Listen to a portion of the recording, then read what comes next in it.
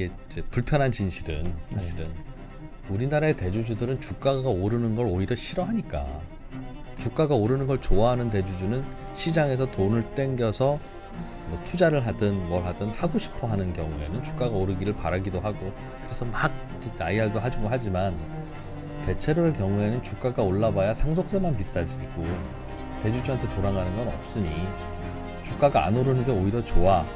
그래서 배당도 안 하는 거잖아요. 배당을 하면 배당 때문에 주가가 오를 수 있으니까.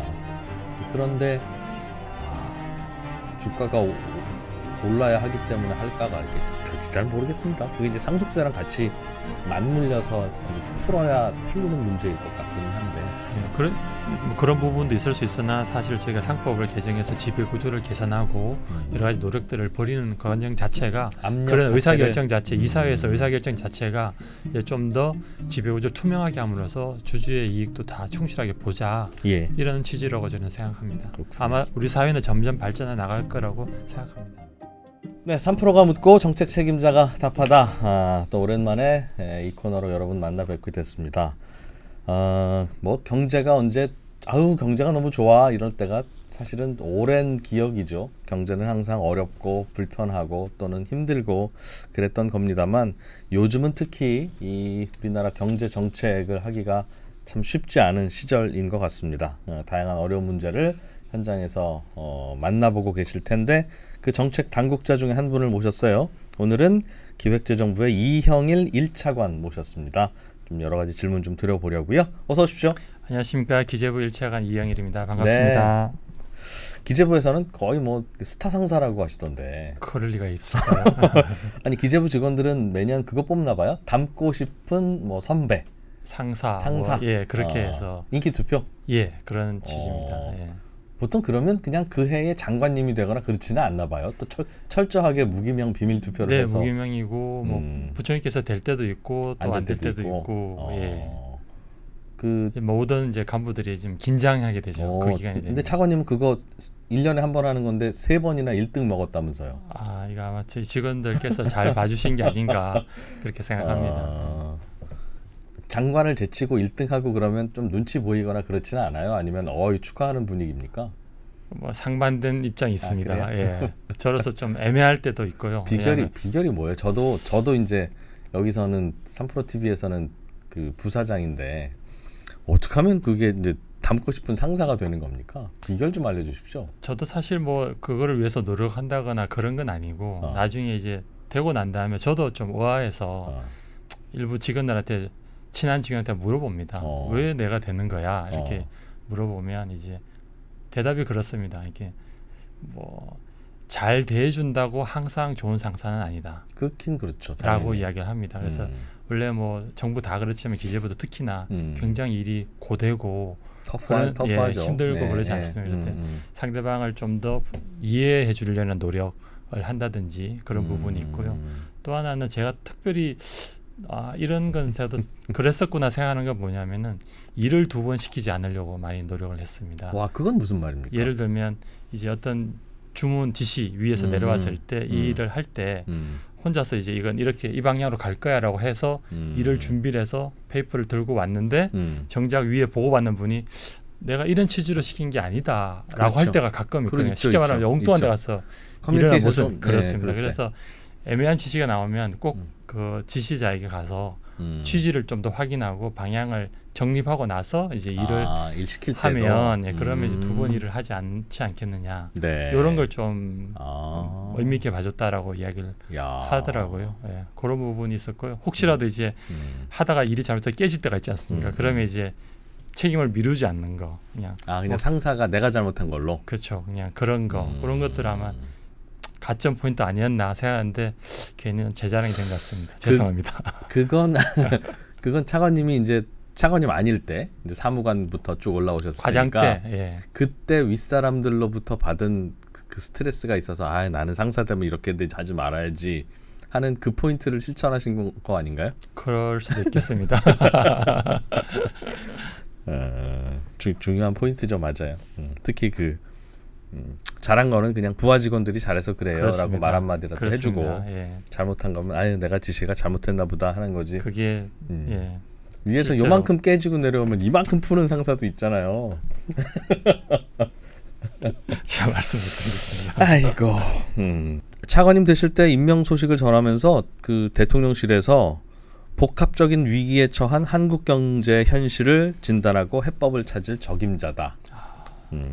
부끄럽습니다. 네, 보통 뭐 이렇게 좀 좋은 얘기를 하긴 합니다만 그래도 이 사람은 실력 있는 사람이야.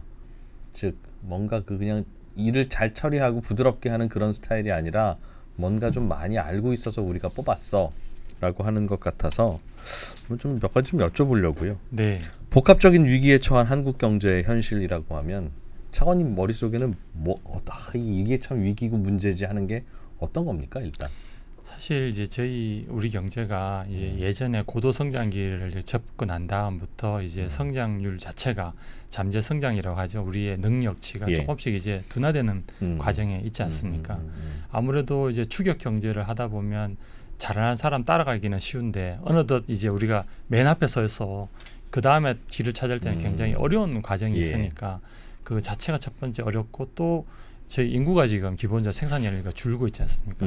그런 의미에서 보면 이제 생산할 수 있는 잠재 성장치 자체가 이제 떨어지는 상황이 첫 번째 이제 큰 이제 저희의 당면한 과제 중에 하나고요.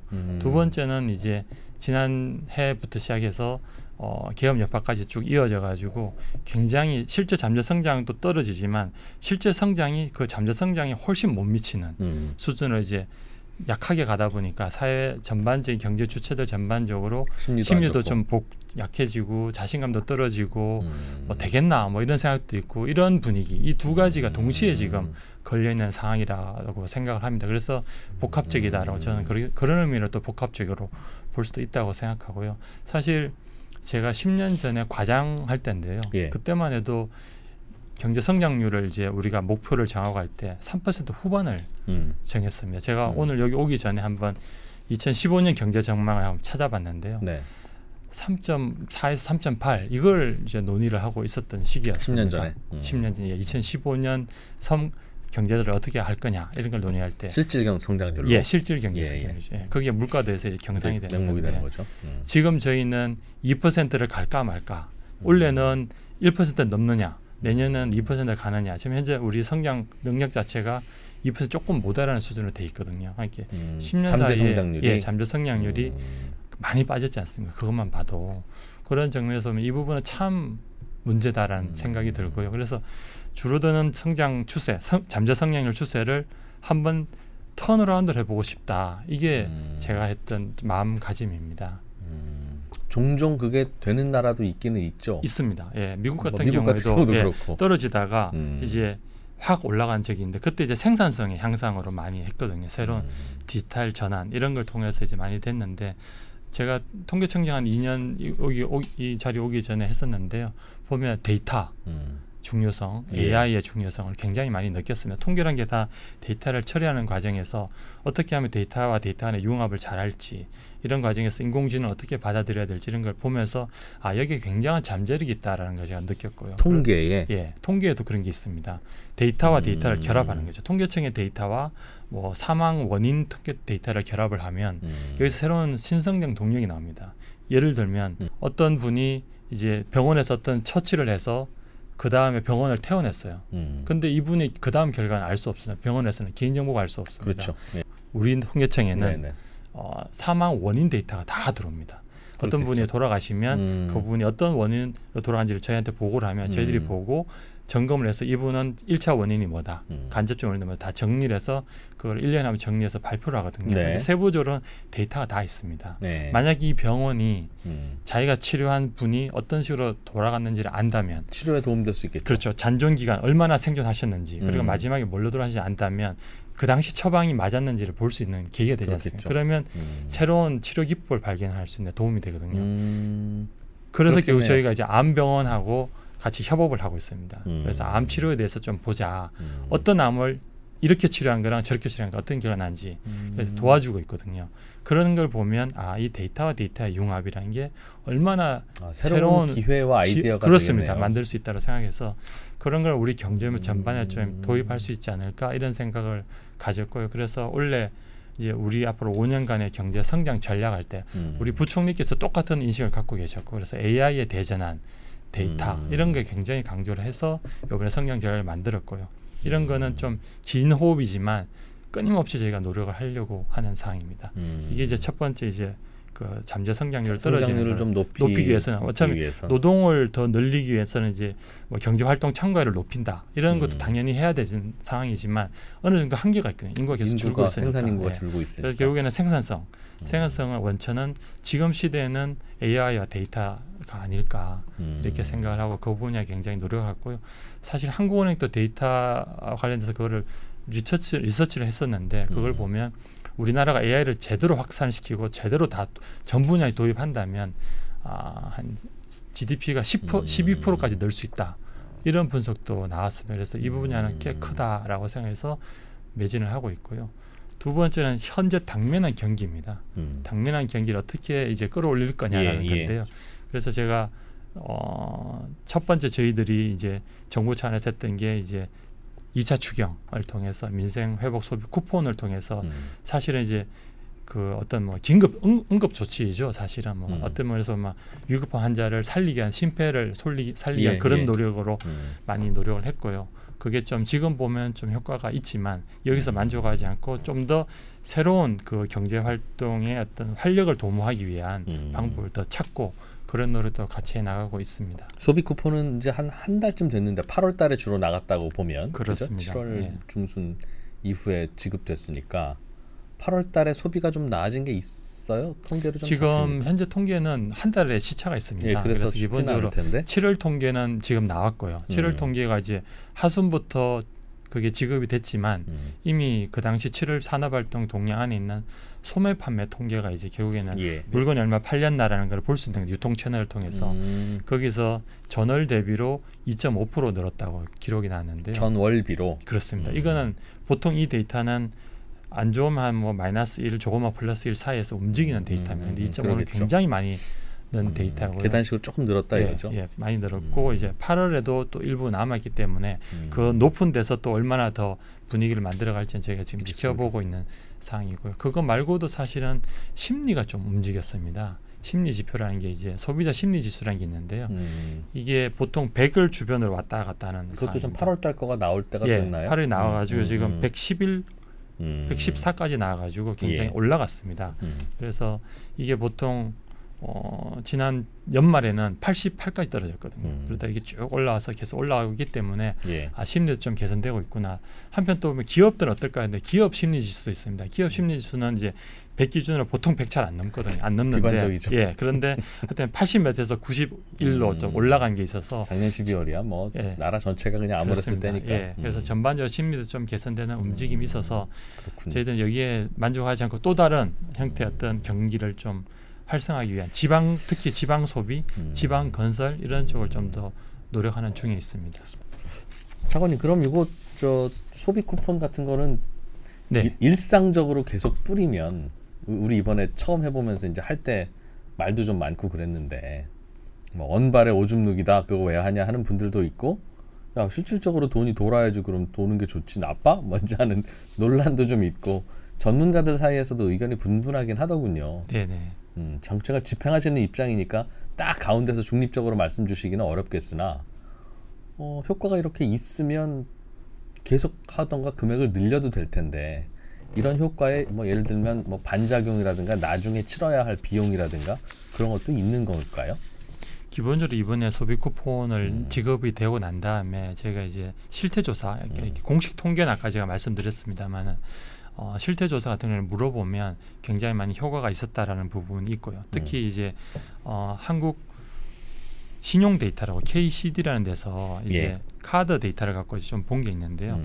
소상공인들 주로 다루는 데이터셋인데 7월 한 하순부터 8월 중순까지 쓴 기간을 동안 전년 대비해서 봤을 때 저희가 소비 쿠폰을 매출액 30억 미만으로 잡아놨거든요. 그래서 30억 미만 소상공인하고 30억 이상 소상공인을 이렇게 분류를 해서 봤더니 미만의 경우는 한 6.8%, 6.9% 늘었고 매출이? 매출이. 그 이상은 30억 이상의 경우는 1% 정도 늘었기 때문에 다 늘긴 늘었으나 그쪽으로 집중됐을 테니까요. 그쪽에 확실히 이제 효과가 있었다. 이런 부분은 저희가 예상을 할 수 있고요. 하지만 이제 저희가 이건 아까 전에 응급조치로서 생각을 하는 거고 기본적으로는 저희가 경제가 성장을 하고 아까 제가 성장세를 반등시키는 목표가 있다고 했습니다만 성장세가 반등이 되고 또 소득도 따라 늘고 그러면서 늘어난 소비로 전반적으로 경제 옮겨가는 게 가장 바람직하다고 저희는 생각을 하고 있습니다. 그럼 요번에는 이렇게 소비 쿠폰 때문에 늘었다가 소비가 네. 다시 또 이제 제자리로 오는 그럴 가능성이 높은. 제자리라기보다는 저희가 심리가 많이 올라가 있는 상황이고요. 저희가 가계 저축률이라고 해가지고 우리 민간 주체들의 어떤 소비 여력 같은 걸 한국은행 데이터에 나오는데요. 보면 이게 조금씩 올라가고 있습니다. 이게 그 동안에 이제 심리 위축이나 여러 가지 사태로 돈은 조금 어느 정도 쌓인 상황에서 지출하지 않은 상황에서 이제 있는 상황이라면 심리가 회복되면 좀 더 설 여력이 생기지 않을까라는 가계 저축률이 8%까지 올라간 게 있고요. 두 번째는 저희가 이제 고용을 늘리고 또 어느 정도 소득이 따라 늘면 그에 따라서 되기 때문에 이게 다시 바로 꺾인다 이런 건 아니고 계속 저희가 이어갈 수 있도록 그 속도를 계속 유지하려고 노력 중에 있습니다. 그렇겠죠. 그래서 이제 질문을 드리면 그래서 효과가 다 좋기만 하면 계속 써도 될 텐데 이런 정책을 재정 부담이 계속 쌓이는 게 걱정이신 건가요? 그렇죠. 사실은 이게 여기를 위해서는 이제 지방과 중앙 정부의 재정적인 이제 지원이 들어가는 상황이기 때문에 그러니까 그 재정을 다른 곳에 썼으면 더 좋을 수 있는 거라서. 또 뭐 같이 양면을 제가 다 같이 보고 있습니다. 왜냐하면 취약계층이 어려울 때 도와주는 것도 재정의 역할이고요. 그리고 새로운 성장 동력을 높이는 데 쓰는 것도 재정의 역할. 이게 균형감을 가져야 된다고 저희는 생각을 하고요. 곧 추석인데 추석 때는 뭘 좀 준비하신 게 있습니까? 저희가 요번에 추석 대책을 하면서 굉장히 좀 공을 많이 들였습니다. 그래서 크게 한 4가지 정도의 큰 방향성을 갖고 있는데요. 매번 항상 저희가 관심을 갖는 거는 이제 추석 때 흔히 많이 쓰이는 제수용품들이나 자주 쓰는 그 농산물에 대해서 물가를 좀 안정시키자라는 게 첫 번째고요. 요번에 두 번째는 이제 방법은 그럼 비축 물량 푸는 비축 물량을 풀거나 또 요번에 좀 할인 지원을 좀 더 하거나 예산으로 좀 더 예산을 지원과 이제 그 실제 유통업체들과의 협력을 통해서 그분들도 같이 할인해서 가는 게 있는데요. 좀 더 구체적으로 만약에 설명을 드리면 성수품 같은 경우에는 평상시 한 1.6배, 한 17만 톤을 이제 풀게 되는데요. 품목별 보면 요새 저희가 걱정하는 게 보통 이제 추석에 많이 쓰는 게 사과배, 사과배 같은 경우에는 한 3.4배, 3.5배 정도를 이 기간 중에 제공을 하려고 하고 그걸 미리 비축했던 걸 풀려고 하는 거고요. 예전에 뭐 많이 쏟아질 때 정부가 사서 창고에 쟁여놓은 사과배예요? 그렇습니다. 그렇습니다. 그거를 이제 비축을 했다가 또는 일단 그 실제 농가에다가 요거는 이렇게 쓰겠습니다라고 미리 이제 계약을 해놓을 수도 있죠. 그런 것도 할 수도 있고 그래서 빨리 나와서 그걸 빨리 풀 수도 있고요. 그리고 요새 배추도 걱정이 많아서 배추도 한 3.5배 정도 평상시보다 더 많이 풀려고 이제 노력을 하는 게 있고요. 두 번째는 아까 이제 할인과 관련돼서도 저희가 한 예산으로 한 900억 정도를 준비를 해놨고요. 이걸 저희가 갖고 이제 한 품목별로 한 20% 정도 할인을 들어가고 유통업체에서도 20% 30% 할인이 들어가서 한 40에서 50% 품목별로 최대치는 한 50%까지도 할인이 지원되는 게 있습니다. 요거 제가 좀 홍보를 드리고 싶은 거는 우리 소비자들 분들께서 기회를 놓치지 않았으면 하는 건데요. 어떻게 하는? 요게 그 어떤 마트나 유통업체 다양한 유통업체를 가보면 그게 등록을 하거나 그렇게 하면은 일주에 한 2만 원까지 할인을 해줍니다. 그 할인율을 적용하되 최대가 이제 2만 원인데요. 그 다음 주에 가면은 또 됩니다. 그러니까 그게 어떻게 하는 거예요? 예를 들면 뭐 어떤 슈퍼마켓이나 마트가 있으면 회원 등록을 하고 그렇습니다. 그래서 이제 물건을 거기 보면 이제 할인되는 품목이 이제 보입니다. 표시가 돼서 그거를 사면 이제 최대 몇 프로씩 할인되지 않습니까? 할인된 게 2만 원이 되면 그날의 한도입니다. 그럼 배추가 예를 들면 4,000원 이렇게 써 있으면 하나 갖고 오면 예를 들면 20% 할인한다 그러면 3,200원만 내돈에서 나가는 거예요? 그렇죠. 그럼 800원이 이제 할인이 된 거죠. 그 800원은 그 할인이 쌓여서 이제 차감이 돼서 이제 저희가 결제할 때 이제 그걸 안 하거나 되는 거고요. 그 800원이 또 다른 품목 사면 또 쌓이고 또 쌓여서 최대 2만 원까지. 일주일에 2만 원. 일주일에 2만 원까지. 그리고 유통업체별로 또 따로 또 받을 수 있습니다. 이 유통업체 같지만 다른 유통업체 같은 주에 가도 됩니다. 그럼 여기서 2만 원, 여기서 2만 원? 그렇습니다. 그렇습니다. 그 기회를 놓치지 않았으면 그리고 하나 더 홍보하고 싶은 게 있는데요. 그 전통시장을 이번에 가시면 그 이래서 한 30%를 할인을 해주면서 그 어떤 샀던 물건을 갖고 전통시장 샀지 않습니까? 그 영수증을 갖고 그 전통시장 내 어떤 환급하는 장소가 있습니다. 거기 가서 이거를 보여드리면 예. 30% 환급해드립니다. 전통시장에서 물건 산 거를 금액에 갖고 가서 그래서 최대 물론 2만 원까지입니다. 예. 하지만 30%를 환급을 했는데 그걸 2만 원은 온누리 상품권으로 환급해드립니다. 한 주에 똑같이? 예, 1인당 그게 최대치입니다. 아, 예. 일주일에? 예, 그 기간에 그 전통시장에 가서 요번에 가보면 전통시장 가시면 기간이 나와 있습니다. 그 추석 전이겠죠. 추석 당연히 전에 일회성으로. 추석 전에 가면은 그 기간에 가서 물건을 사서 30% 하는데 예를 들면 한 37,000원치 이상을 사면 만 원 돌려받는 만 원을 거네요. 주고요. 67,000원 이상 사면 2만 원을 돌려줄 수 있습니다. 30%를 깎아주기 때문에요. 아, 또 30%를 그러면 그걸 오늘 상품 드리면 그걸 갖고 또 쓰실 수 있습니다. 그 차액은 또 정부가 주는 거고. 그거는 저희가 예산에 이미 담아놨습니다. 아, 예. 그렇게 해서. 예. 그래서 전통시장에 가셔서 추석성 소품을 꼭 구매하시면 추가 이익이 생긴다는 걸 꼭 전달해드리고 싶었습니다. 종종 가는데 예. 보통 현금 받으시는 경우 많고 카드 단말기 잘 안 쓰는 경우도 있고 네. 하니까 예. 영수증은 그러나 저러나 영수증 잘 받아야 되겠네요. 예, 현금 영수증 받으셔도 되고요. 알겠습니다. 이제 그게 첫 번째 이제 우리가 전통적으로 했던 추석 대책 중에 하나인 거고요. 요번에 특별히 좀 더한 게 예. 제가 아까 전에 이제 지방의 소비가 빈약하다, 약하다 이렇게 굉장히 많이 걱정을 하고 있거든요. 네. 그래서 지방 소비를 좀 키우기 위한 방법을 이번에 추석 대책과 같이 좀 병행을 했습니다. 그게 하나 좀 설명을 드리면 네. 이번에 2차 민생회복 쿠폰이 이제 오늘부터 이제 발급이 시작되는 게 있습니다. 요거 관련해서 당연히 이제 도움이 될 거라 생각을 하고요. 이거 말고도 상생 페이백이라는 시스템을 요번에 작년 예산에 담아가 추경에 담아서 요번에 한 게 있습니다. 네. 어떤 거냐면은 작년 12월에 저희가 썼던 거과 관련돼서 그 금액에 대해서 만약에 이번에 9월이나 10월이나 11월 달에 더 사용했으면 작년 12월을 딱 이제 못으로 잡고요. 12월의 소비량을 작년 연말에 12월 한 달 동안 그걸 딱 픽스로 잡고 그거보다 원래 9월에 더 썼으면 또는 10월에 더 썼으면 11월에 더 썼으면은 그 중에 월 최대 10만 원까지 환급을 해드립니다. 소상공인 자영업자가 쓴 영업하는 사업장에서 쓴 데이터를 픽스를 하고요. 따로 그분들에 대해서 요번에 9월, 10월, 11월 달에 더 썼으면 소비를 해서 그보다 더 쓰면 더 쓴 부분의 20%를 돌려드립니다. 그런데 최대치가 월 10만 원. 그래서 석 달로 하면 30만 원까지 돌려는 게 이것도 꽤 이제 쏠쏠한 겁니다. 석 달 동안 해준 몇 월이에요? 9월, 10월, 10월, 11월에 예. 작년 12월 달에 소상공인한테 쓴 것보다 더 많이 쓰면 요번에 개인들은 내가 작년 12월에 특히 소상공인들한테 쓴 게 얼마인지는 모르겠네요. 그래서 요번에 요거 관련해서 이제 미리 접수를 하면 중기부 사업입니다. 접수를 하면 그걸 다 알려드립니다. 물어보면 알려준다. 예, 그게 가입을 하면 그게 알려줍니다.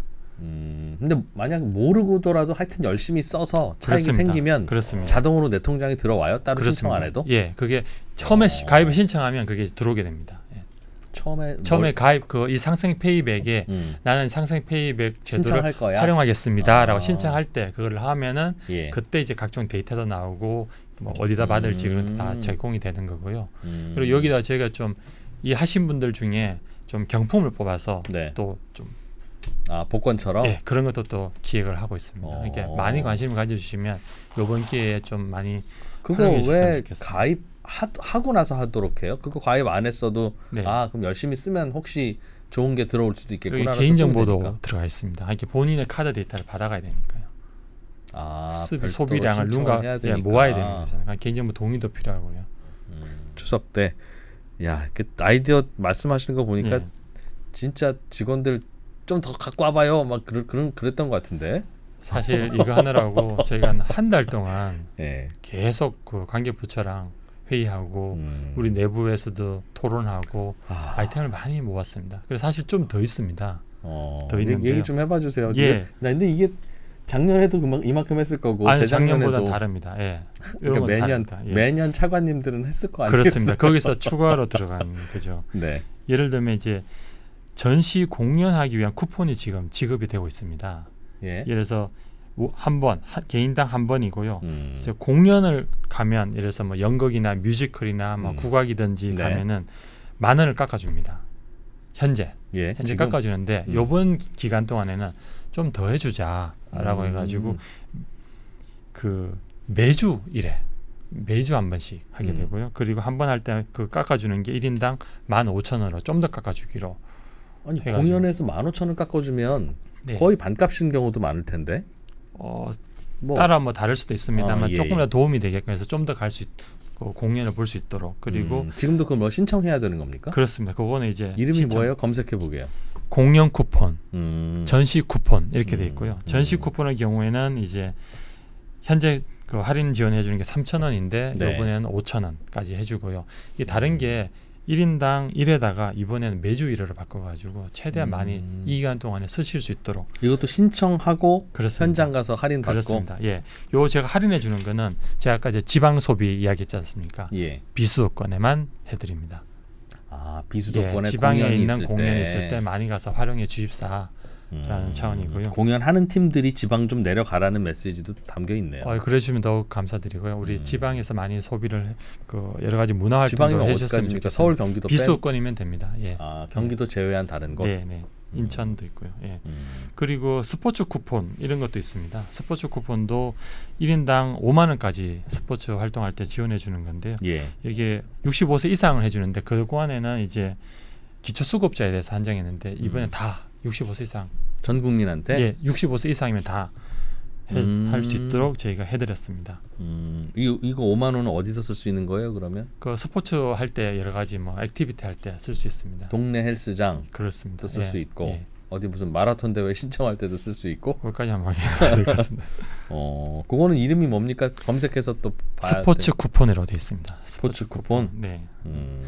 그리고 요번에 숙박 쿠폰이라는 게 있는데요. 예. 숙박 쿠폰이 있는데 현재는 이제 지금 비수도권에만 숙박 쿠폰을 드리고 있는데 요번에 이게 굉장히 인기가 많아서 많이 다 쓰였습니다. 그래서 특별 재난 지역에 대해서 추가로 15만 장 정도를 추가로 이번에 쿠폰을 드리려고 합니다. 이번에 올해 한 해 여러 가지 힘들어서 저희가 재난지로 지정된 경우가 많지 않습니까? 예. 뷔페라든지 뭐 산불페라든지 여러 가지 있는데 지금 다 괜찮아졌거든요. 그곳에 가서 숙박하시면 쿠폰을 드릴 수 있도록 좀 할인이 그것도 됩니다. 사전에 잘 신청해야지. 예. 그냥 가서 결제하면 미리 신청은 하셔야 됩니다. 예. 그리고 또 하나가 있습니다. 근로자가 휴가를 갈 때 이제 정부에서 어떤 지원하냐면요. 근로자만 내지 말고 기업도 좀 내고 정부도 좀 내서 같이 가자. 휴가비를? 휴가비를. 예, 그래서 정부가 10만 원, 기업이 10만 원 하면 제가 20만 원을 드리면 그 일하시는 분들이 20만 원 해서 이제 그거를 여행을 할 때 40만 원 만들어서 여행 갈 수 있는 상품을 제가 지원해 드립니다. 20만 원만 내면 40만 원치의 서비스를 받을 수 있는 거죠. 근로자 입장에서는 그렇습니다. 예. 그 사업이 있는데 원래 한 해 15만 명을 대상으로 하고 있는데요. 이게 좀 더 만약에 기업에서 의지가 있어서 많이 도와주신다면 2만 명을 추가로 더 드리려고 계획을 지금 짜고 있습니다. 17만 명까지 올 한 해 보내드릴 수 있도록. 정부 예산을 조금 더 확보해 놨으니. 그렇습니다. 지금은 마감한 거예요? 아직은 마감 안 안 끝났죠? 됐습니다. 마감 15만까지 안 갔는데 연말까지 15만 명인데요. 연말까지 15만 명이니까 또 중도에 이제 그만 이제 뭐 다 됐나 싶을 수 있는데 여러 개 더 있다. 말씀을 드리니 휴가할 때 그냥 우리 가지 말고 기업에서 하시는 분들 좀 관심을 가지시면. 이거는 쿠폰 이름이 뭐예요? 검색해봐야 되니까. 근로자 휴가 지원입니다. 근로자 휴가 지원. 네. 알겠습니다. 그래서 대체로 이제 제가 지방 소비에서 많이 노력한 게 있다라는 게 제가 말씀드리고 싶습니다. 아는 분들은 잘 찾아서 하실 것 같고 몰라서 못 쓰는 분들도 꽤 있을 것 같긴 하네요. 그렇습니다. 예, 그래서 제가 홍보를 굉장히 중요시하고 있습니다. 야, 알겠습니다. 이거 뭐 어디 한 곳에다 모아놓으면 좋을 것 같긴 한데 또 저희 다 모아놨는데요. 기획재정부에 오시면 추석 대책에 보시면 쫙 정리되어 있습니다. 기획재정부 홈페이지에. 네, 알겠습니다. 추석은 그렇게 또 잘 지내면 될 것 같고. 추석이 더 있는데요. 더 여쭤보시죠. 다 말을 안 드렸는데. 말씀 주세요. 예, 사실은 추석 되면 이제 항상 이제 제가 마음 아파하는 게 취약계층 부분도 또 있지 않습니까? 그 부분들에 대한 지원도 나가는 게 있습니다. 그래서 이분들 좀 이거를 기억하시면 좋을 것 같아서 좀 설명드리고 싶은데요. 우선 서민금융에서 추석 전후 2개월간 좀 더 집중적으로 저희가 자금을 준비를 해놨습니다. 예를 들면 전체적으로 서민금융 한 1,100억 정도 정도 준비를 해놨는데요. 이 중에 하나를 시간이 좀 제약돼서 하나를 말씀드리면 빌려주는 대출용으로 예, 햇살론 뉴스라는 게 있습니다. 이게 예. 한 400억 정도 준비를 자금을 했는데요. 이런 겁니다. 34세 이하의 청년인 경우입니다. 예를 들면 뭐 대학생이셔도 되고요, 미취업 청년도 되고요, 청년 사업가도 되고 사회초년생도 됩니다.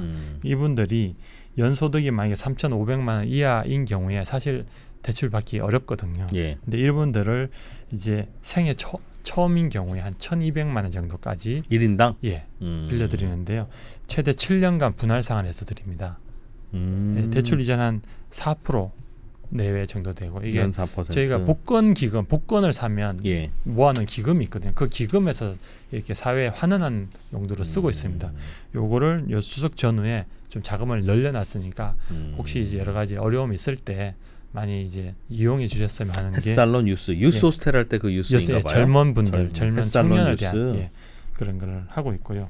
체불 임금 이런 게 많이 있거든요. 예. 추석 전후에서 체불 임금 좀 청산하고 싶은 기업 사업가가 있을 수 있습니다. 그렇죠. 그분들이 만약에 그 체불 임금을 청산하겠다라고 했을 때 할 의지가 있으시면 저희들이 이제 그거를 빌려주는 용도가 있는데 보통 이제 평상시에 빌려줄 때보다는 요 기간에 빌려러 오시면 좀 금리를 좀 내려서 그 임금을 빌려드립니다. 그 체불 임금 갚기 위한 자금을 빌려드립니다. 일단 주고 나서 나중에 벌어서 이제 갚는 거죠. 예, 그러면 나중에 사업에서 갚아야 되는 거죠. 예를 들면 신용으로 빌리려면 평소에는 체불 임금 청산하면 3.7% 이자로 드렸는데 요번에 1%를 깎아가지고 2.7% 예, 갚아드리고요. 이 돈은 바로 해당되는 노동자에게 갑니다.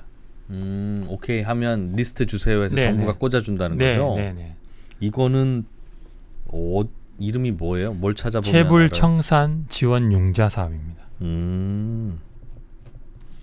그렇군요. 예. 그리고 요번에 좀 저희가 새롭게 기획한 것 중에 하나가요. 에너지 바우처라는 게 있습니다. 에너지 요금을 대해서 이제 일정한 소득 수준이 아래인 분들한테는 이제 지원을 해주는 바우처를 드리거든요. 근데 내년 예산에 보니까 기초수급자 중에서 여러 가지 기초수급자 전체를 대상으로 하지 않고 기초수급자 중에 일정한 여러 가지 그룹별로 이렇게 지원을 해주고 있는데 예. 이 중에 안 드리고 있는 게 다자녀 가구입니다.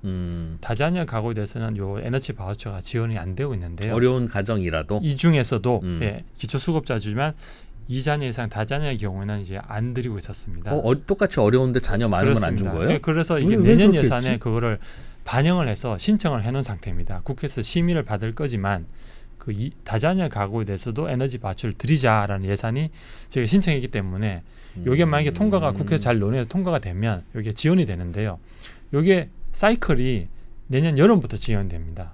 그럼 이제 올겨울이 추울 때 동절기 에너지 요금은 이분들이 대상이 아니거든요. 그래서 예. 저희가 이거를 이제 협의를 해가지고 요거를 좀 현재 원래 정부의 그 기금 중에 여유가 있으면 예. 요거를 이제 내년부터 갈 수 있는 사업이니 원래 올겨울부터 해보자라고 해서 요거를 지금 시스템을 좀 산업부랑 협의를 좀 당겨가지고 지원도 좀 마련해서 빠르면 아마 12월 아니면 12월쯤에는 저희가 혜택을 드릴 수 있도록 해서 올겨울부터도 좀 혜택을 받을 수 있도록 이런 것도 같이 발굴해서 지금 이번엔 대책을 마련했습니다. 그러니까 이거는 소득 수준 얼마 이하의 가구에서는 다 받는 혜택이라는 거죠? 예, 그룹별로 받는데 다자녀가 현재 없어서 그 부분은 추가하는 겁니다. 현재 보면 이제 기초 수급자 중에서 노인, 예. 장애인, 중증 질환자, 임산부, 한부모, 소년, 소녀 가정 이런 데 지금 혜택이 가고 있습니다. 아마 신청하면 소득 수준 신청할 때 보고 그렇죠. 그다음부터는 자동적으로 감면일 거 아니겠습니까? 요 그룹을 보고 이제 그렇게 하는 거죠. 예. 아마 이제 재원이라는 게 항상 그렇지 않습니까? 우선 순위부터 먼저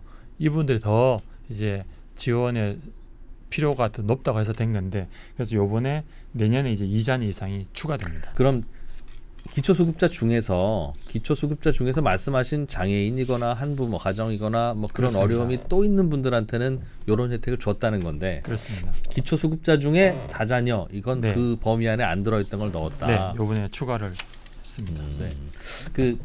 일단 이렇게 이제 오늘 많이 말씀해 주셨는데 대체적으로는 이건 이제 본인이 신청을 해야 되니까 그렇습니다. 내가 신청합니다.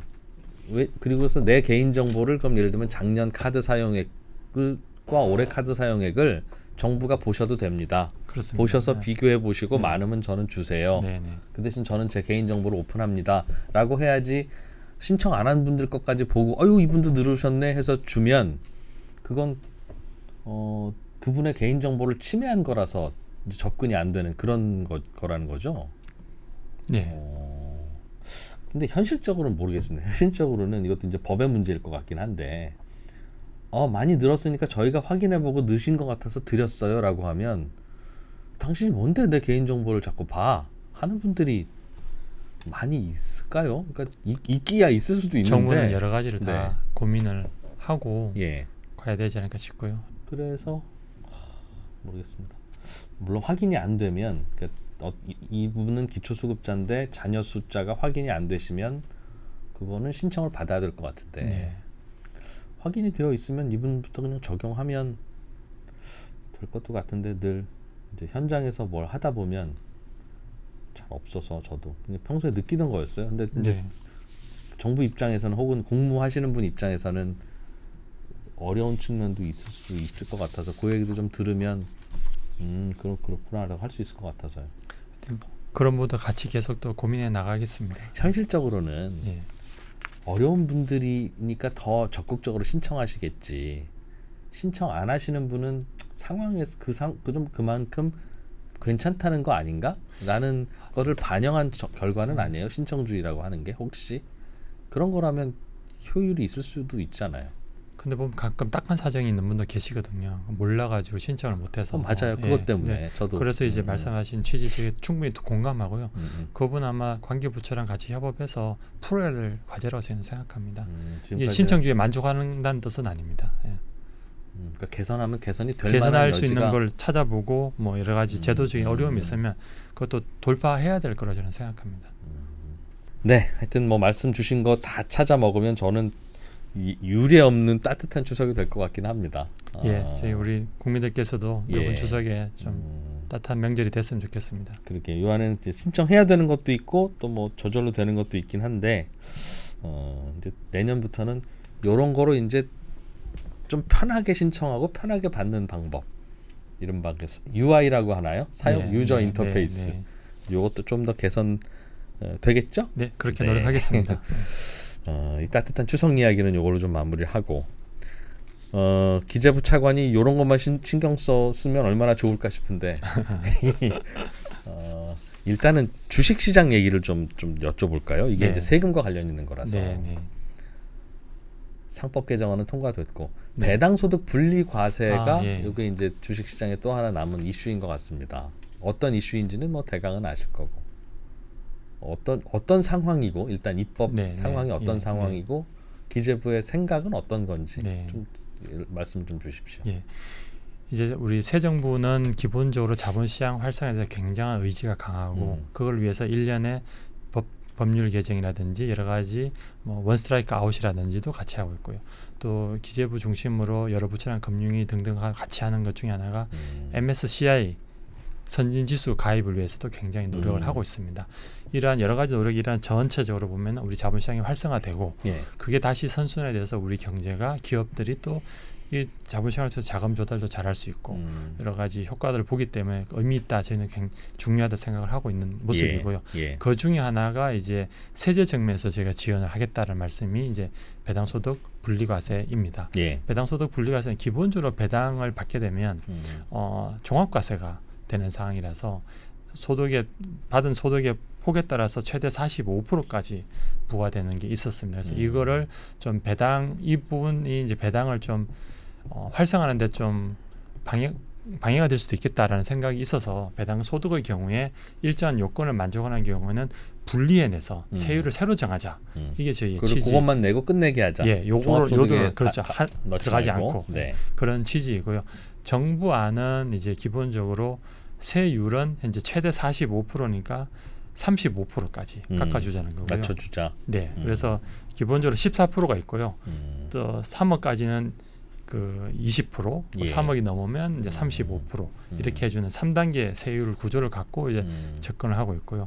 그럼 어떤 배당이 여기 해당되냐? 모든 배당이 되는 게 아닙니다. 어떤 기업의 배당이 해당되느냐 보면은 이제 기본적으로 배당 성향이 높아야 된다라는 게 기본을 갖고 있습니다. 그래서 배당 성향이 40% 이상이 되거나 근데 40% 이상이 되려면 굉장히 이제 애쓴 거니까 그 해에 얻은 이익의 40% 배당 가는 금액의 40%를 배당을 하면 해야 그때 그런 그 배당이 돼서 이렇게 작동이 되는 게 있고요. 근데 40%가 너무 멀리 있으면 너무 이제 저희가 달성이 안 되면 효과가 없을 수 있지 않습니까? 근처에 있는 분들은 뭐 30% 후반이면 가보자 이렇게 할 수 있어서 추가적으로 행동의 변화를 일으킬 수 있는 거거든요. 근데 그게 너무 멀을 수 있으니 추가로 하나 만든 게 25% 이상이면서 저희가 평균적으로 한 20 몇 프로 되거든요. 25% 이상이면서 좀 5%로 증액시킨 배당을 증가시킨 지난해에 비해 지난 3년간의 평균값보다 이제 특정 해가 또 외국에 있을 수 있으니까 3년 평균한 것보다 5%가 늘어나면 배당 성향이 40까지 안 가더라도 25% 넣은 사람들 중에서는 이걸 한다면 그분들도 이 배당 분리가 혜택을 주겠다. 요게 저게 정부 안이고요. 이제 여러 의원님들이 이거 말고 나는 다른 아이디어가 있어라고 해서 다른 아이디어가 이제 세율을 내린 경우 뭐 이 대상 그룹을 바꾼 경우에서 계속 지금 들어오고 있습니다. 의원 입법안들이 의원입법에 들어오고 있고요. 제가 알기로는 현재는 한 3분, 4분 정도 들어오고 있고 지금도 계속 지금 들어오고 있다고 알고 있습니다. 그래서 국회에서 이게 어떻게 논의가 되면요. 현재 국회 정부안이 가 있는 상태고요. 의원 입법안도 계속 국회에 제출되고 있기 때문에 이게 모여가지고 이제 10월 달에 기획재정위원회에서 다루게 되는데요. 전체회를 거쳐서 토론을 하고 그 토론에서 다 결론을 못 내거든요. 그러면 이제 복잡한 문제니까 소위원회를 회부하게 됩니다. 소위원회 되면 11월 달쯤에 이제 이 국감 일정 때문에 다 소위를 못 하고 이게 회부가 되면 그거 관련돼서 이제 한 제가 알기로는 한 1주, 2주 내내 이거 말고 물론 다른 세법안이 많이 있었나 집중적으로 토론하게 됩니다. 그 토론 과정에서 저희는 기본적인 스탠스는 저희는 이제 무조건 세금은 아끼자는 게 아니고 필요한 부분은 필요한 만큼 지원한다는 생각을 갖고 있기 때문에 이게 배당의 유인 효과가 어느 정도 되느냐를 보고 이 앞에 있는 대상과 세율을 이제 믹스를 해서 최적의 조합을 찾으려고 하는 과정이면서 반드시 정부만 고집한다는 차원 아니고요. 좋은 의견이 있으면 언제든지 수렴해서 제가 최적의 결과를 도출하도록 하겠습니다. 지금은 세율이 너무 높아서 대주주는 배당 받아봐야 반이 세금으로 날아가니까 안 하고 있을 수는 있는데 그거를 하게 하자는 거죠. 그렇습니다. 그렇군요. 평소에 안 하고 쌓아놨다가 일회성 배당을 가끔씩 하는 것도 나름 절세 전략이 되겠습니다. 기업 수요자 입장에서는. 특정 해에 뭐 정부 아니라면 40% 아니면 다른 의원님 안들면 어떤 그 허들을 넘어가면 매년 15% 이렇게 하면 세금 혜택이 없으니까 쌓아놓고 있다가 5년에 한 번씩 한 50%씩 배당하자. 라고 하면 근데 아마 그래 되면 주주들의 압력이 꽤 높지 않을까요? 그렇게 하기에는. 근데 전 주주들의 압력이 있었으면 벌써 했겠죠. 그 압력이 있어서 배당을 해야 되겠다 싶으면 이런 거 없어도 당연히 배당하는 거고. 아마 이제 이런 제도가 생겼기 때문에 이제 여러 회사들이 자기의 어떤 주주 환원의 가치를 실현하는 게 또 주가에 도움이 되지 않겠습니까? 그걸 감안해서 이제 피어 프레셔라고 하죠. 이렇게 작동이 이게 없었을 때랑 다른 상황이 생길 거라 저는 생각하고요. 만약에 그런 배당을 만약에 완전히 움직이면 그게 주가로 반영될 거라 저는 생각합니다. 그래서 이 제도를 충분히 활용할 수 있도록 저희는 노력을 하려고 하고요. 그렇게 되면 좋은데 이게 이제 불편한 진실은 사실은 우리나라의 대주주들은 주가가 오르는 걸 오히려 싫어하니까 주가가 오르는 걸 좋아하는 대주주는 시장에서 돈을 땡겨서 뭐 투자를 하든 뭘 하든 하고 싶어 하는 경우에는 주가가 오르기를 바라기도 하고 그래서 막 IR도 해주고 하지만 대체로의 경우에는 주가가 올라봐야 상속세만 비싸지고 대주주한테 돌아가는 건 없으니 주가가 안 오르는 게 오히려 좋아. 그래서 배당도 안 하는 거잖아요. 배당을 하면 배당 때문에 주가가 오를 수 있으니까. 그런데 주가가 올라야 하기 때문에 할까가 이게 될지 잘 모르겠습니다. 그게 이제 상속세랑 같이 맞물려서 이제 풀어야 풀리는 문제일 것 같기는 한데. 뭐 그런 부분도 있을 수 있으나 사실 저희가 상법을 개정해서 지배 구조를 개선하고 여러 가지 노력들을 벌이는 과정 자체가 그런 의사결정 자체, 이사회에서 의사결정 자체가 좀 더 지배 구조를 투명하게 함으로써 주주의 이익도 다 충실하게 보자 이런 취지라고 저는 생각합니다. 그렇군요. 아마 우리 사회는 점점 발전해 나갈 거라고 생각합니다. 아까 모두의 인공지능과 관련해서 좀 말씀을 주셔서 네네. 우리나라 이제 인공지능도 워낙 그게 이제 기업들한테 맡겨만 두면 잘 안 되는 영역 같기도 하고 세계 3대 강국이 되겠다고 하는데 3대 강국의 1등, 2등이 뭐야 하면 미국, 중국이잖아요. 네네. 그러니까 그 목표도 만만치는 않아서 정부가 어떻게 좀 하려고 하시는 건가 그냥 계획을 좀 듣고 싶습니다. 기본적으로 관련해서. 저희 목적은 이제 AI 3개 강국으로 가자라는 거고요. 그래서 사실은 이제 보면은 기본적으로 전 산업에 다 AI가 예. 전 국민이 하고 심지어 우리 공공기관까지 다 AI가 확산이 돼야 된다라는 게 기본적인 저희 목표입니다. 그래서 기업 같은 경우 보면 AI가 어디에 가장 많이 필요할까? 물론 전 분야 다 필요합니다. 근데 정부는 재원을 갖고 집중적으로 선택해서 넣어야 되거든요. 그래서 기업들이 제일 바라는 중에 하나가 보면 피지컬 AI. 지금 이제 그 생성형 AI 이런 쪽에서 피지컬 AI로 움직이고 있고 그게 실제로 우리나라는 제조업 역량이 좋기 로봇에 때문에 달고 기계에 그렇습니다. 다는 거? 예. 우리나라는 제조업 역량이 뛰어난 부분이다 보니까 뛰어난 제조 역량에 피지컬 AI를 붙이면 엄청난 생산이 높을 거다라고 해가지고 저희가 들어보니까 여러 가지 뭐 운송수단 쪽에서든지 아니면 뭐 다른 여러 가지 가전에서라든지 굉장히 많이 로봇 쪽에서도 수요가 많기 때문에 이 부분야에 대해서 어떤 새로운 기술의 개발이 필요하다. 그래서 여기에 대해서 R&D 자금을 많이 지원하려고 하고요. R&D가 되고 나면 이제 실증 사업할 때도 도와드리려고 하고요. 그리고 이게 실제로 사업하는 과정에서 보면은 규제가 있을 수도 있고 세제가 있을 수도 있고 금융이 필요할 수도 있습니다. 이 부분을 다 도와드리겠다. 각 기업이 겁니다. AI를 도입하려고 할 때 그래서 정부 지원금을 좀 넣겠다. 그렇습니다. 그래서 규제 개혁도 지난번에 보면은 뭐 데이터를 모을 때 어떻게 이 저작권 문제를 해결할 거냐 대통령 주재 회의도 했다시피 그런 거를 뚫고 나가는 것도 저희가 필요하고요. 또 세제 지원에도 AI에 대해서 국가 전략 기술로 담아가지고 AI를 연구하거나 사업하는 데는 최고의 세율을 지원해 드리겠다는 게 있고요. 금융도 얼마 전에 대통령 행사에서 나왔지만 그 150조 원 정도 되는 국민 성장 펀드를 통해서 지원하고 특히 AI에 대해서는 별도의 쿼터를 정해서 많이 지원해 드리겠다. 이런 정도 할 만큼 최대한으로 지원해 드리려고 하고요. 이거 말고 저희가 또 독자적인 AI 모델도 개발해서 국민들이 편히 쓸 수 있게끔 소버린 AI 네, 소버린 AI도 해 나가려고 하고. 그럼 조금 전에 말씀해 주신 공장에다 적용하는 인공지능은 꼭 소버린 AI를 쓰는 게 아니더라도 중전에 다양한 인공지능을 활용할 수 있으면 그건 외국산이라도 우리가 지금 있는 형태를 갖고도 이제 온 디바이스 형태로 할 수 있는 AI를 만들어서 가야 되지 않겠습니까? 그렇죠. 그 듀얼로 같이 가야 되고요. 네. 그렇게 지원을 많이 하려고 하고 있습니다. 인공지능도 결국은 이제 성장 동력을 만들자 내지는 잠재 성장률을 높이자. 네, 그렇습니다. 미국처럼 뭐 좀 새로운 산업, 새로운 경제 엔진을 만들자 이제 하는 차원일 거 아니겠어요? 네, 그렇습니다. 이제 다양한 고민들이 있으실 텐데 이제 차관님 보시기에는 이제 성장 동력을 만드는 거에서 뭐가 좀 제일 개인적으로는 중요하다 이런 걸 좀 해야 되겠구나. 한국은행에서는 종종 구조조정해야지 이제라는 얘기도 좀 하는 것 같고 뭐 세계 모든 나라가 다 고민입니다만 그럴 것 같습니다. 뭐 생각이 있으실 것 같아서. 구조조정 말씀 주셨는데 이제 석유화학이라든지 주력 산업의 경우에는 이제 꽤 이제 어려운 상황에 처한 업종도 있거든요. 그런 부분은 사실은 또 사업 재편도 좀 필요한 상황이고요. 그렇게 해서 그 분야에 들어갈 재원이 새로운 성장 동력으로 넘어가는 것도 있고 사실 그런 분야에서도 보면은 완전히 다 하지 말자는 게 아니고 고부가치 분야로 옮겨가야 되거든요. 예를 들면 뭐 석유화학도 보면은 스페셜티라고 해가지고 좀 고부가 가치가 되는 쪽으로 요새 뭐 반도체와 관련된 석유화학 쪽으로 옮겨간다든지 이런 쪽 가면 또 나름대로 저희가 성장 동력이 있다고 보고 있습니다. 그래서 그런 부분 같이 해서 내년도 사업에도 보면은 석유화학이나 철강에서 어떻게 하면 좀 더 고부가치 사업을 할 거냐에 대해서도 이분이 굉장히 이제 모험적인 투자이기 때문에 정부 R&D를 같이 들어가려고 하고 있죠. 그래서 철강 같은 경우 보면 수소환원 제철 이런 쪽도 저희가 많이 관심을 갖고 기술 개발에 들어가고 있거든요. 이런 것도 나중에 새로운 성장 동력이 될 수 있다고 생각합니다. 그래서 저희가 AI가 가장 큰 축이고요. 성장 동력. 그거 아닌 분야도 보면 저희가 초혁신 경제라고 해가지고요. 그런 분야도 좀 저희가 많이 투자해서 에너지 분야나 소재 쪽 굉장히 제가 관심을 많이 갖고 있습니다.